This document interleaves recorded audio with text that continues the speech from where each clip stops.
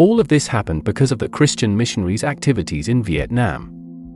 The first French missionaries arrived in 1658, under the Portuguese Padroado.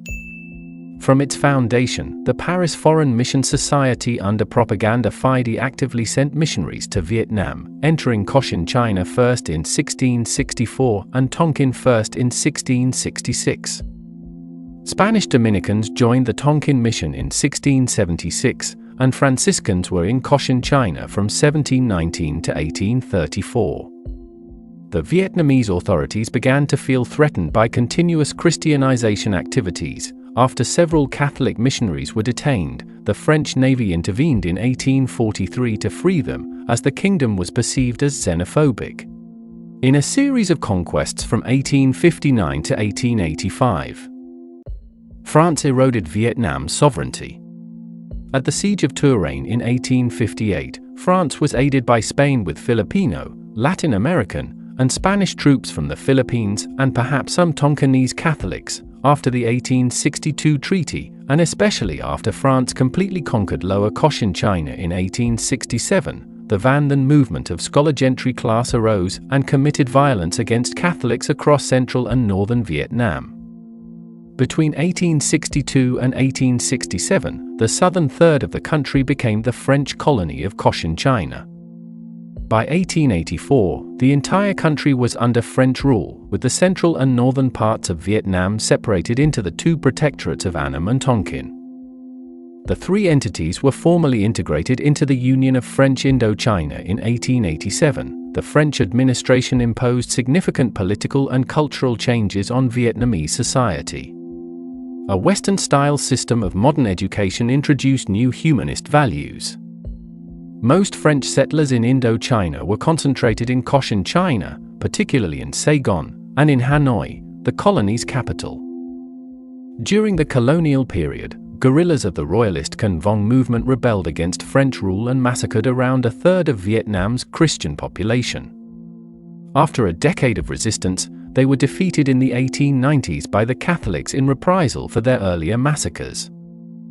Following the background of the 1908 Hanoi Poison Plot, let's examine what transpired in the Hanoi Citadel, the location that witnessed all of this.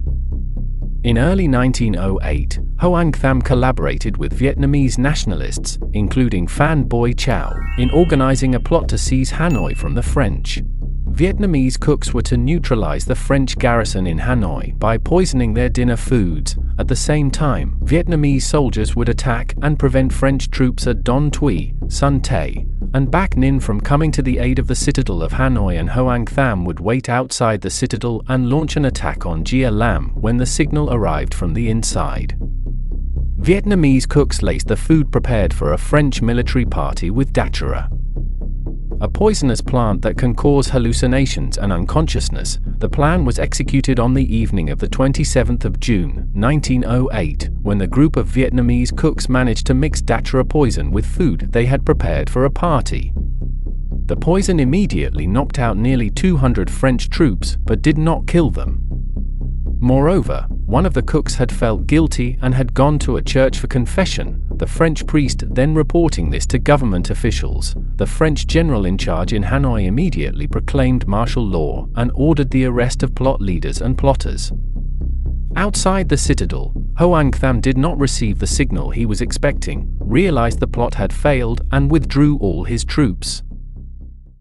What happened after this fiasco of a plan? In quick response to the plot, the French executed 13 plotters by guillotine.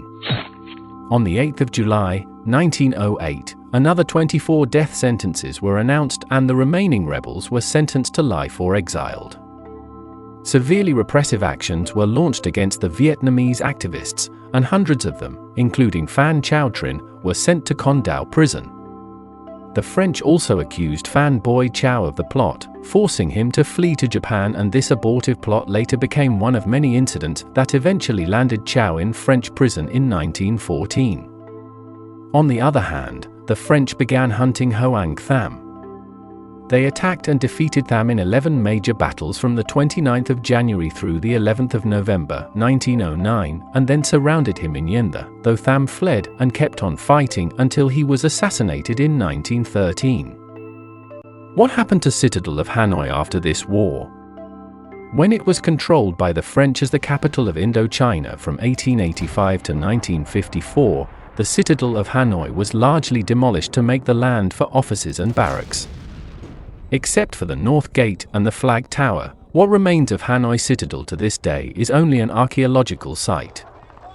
During the Vietnam War, the Imperial Citadel was used as an administrative capital and headquarters for the North Vietnamese Ministry of Defense and Army. If you want to watch another video, then check out my video about Chola dynasty's lost treasure and see if you can locate that treasure for yourself.